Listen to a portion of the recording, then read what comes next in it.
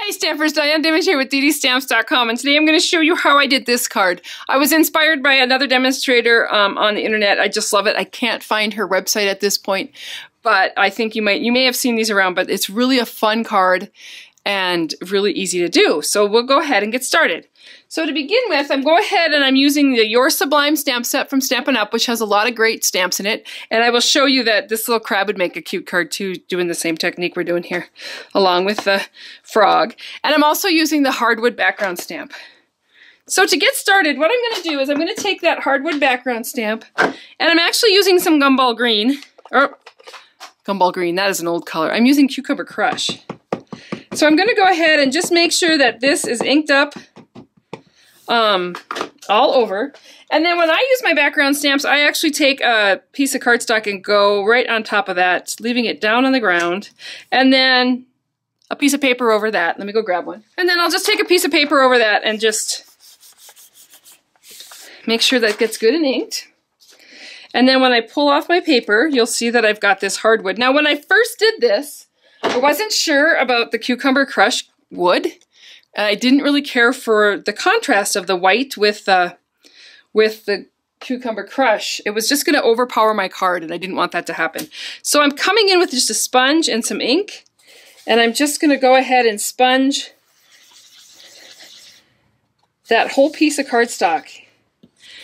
And it toned it down enough that I love it now. I love the green, the Cucumber Crush fence. So that's how I got my background. Like I said, it just toned it down so it wasn't so overpowering on my card. Once I've got that done, I'm going to go ahead and set that aside. And then I'm going to come in with another piece of cardstock. And I'm going to go ahead and take that little frog stamp. And we're going to ink him up a few times. Like that. And then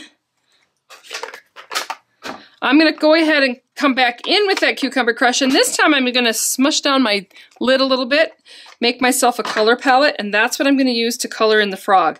And I'm going to bring in a blender pen, and so I'm just going to pick up some ink and then just smear it right across,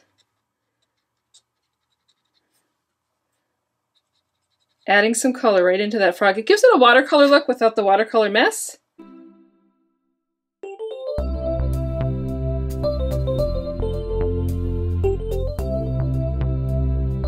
And it doesn't have to be perfect. That's the one thing I love about watercolor, is it doesn't have to be perfect.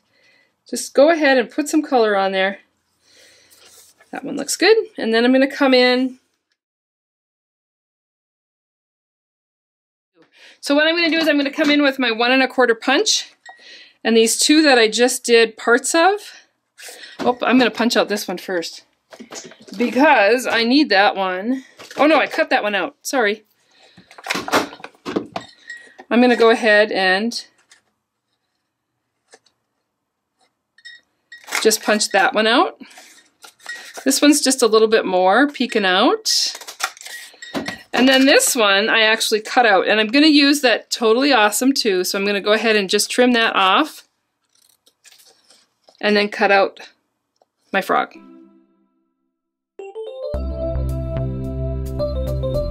Okay, so once you have that done, let me get rid of my scraps here.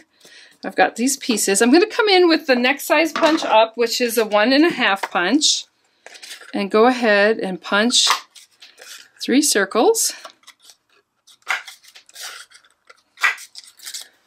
And these are going to get glued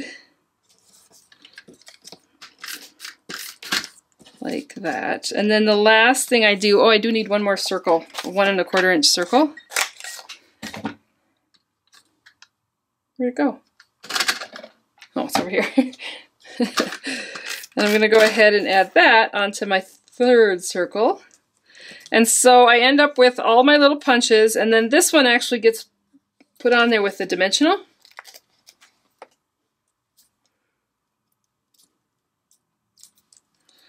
Like so. And then I'm going to come back in with my piece of hardwood. Now this piece of cardstock is cut 4 by 5 1/4, and that's so that it will layer nice onto another piece of Cucumber Crush. So then I'm going to guess that that's about the middle, and just start placing these in.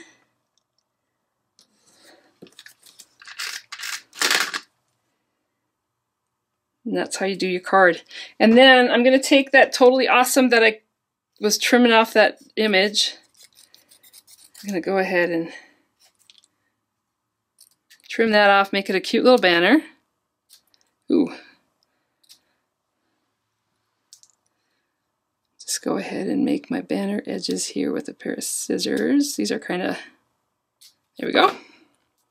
And then I like to, with my banners, just bend it, give it a little bend and another little bend. And if you take just a snippet of your dimensionals, I don't need a ton, I just need a little piece.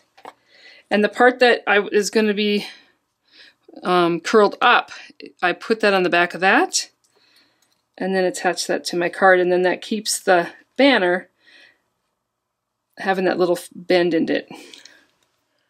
And then once I've done that, I'm going to go ahead and I'm going to come in with some Watermelon Wonder. Punch a couple flowers. Now with these flowers, they're great just like this, or you can add a little bend in them if you have a paper piercing mat right here.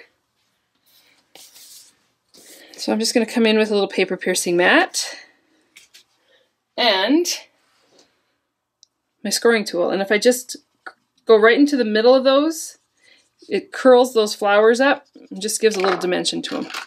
And then I can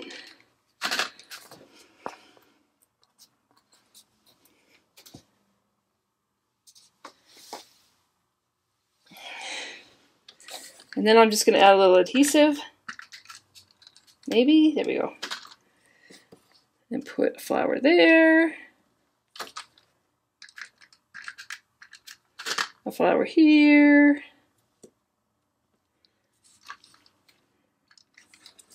And the last one's going to go here. But I just love the look of that Watermelon Wonder and the Cucumber Crush.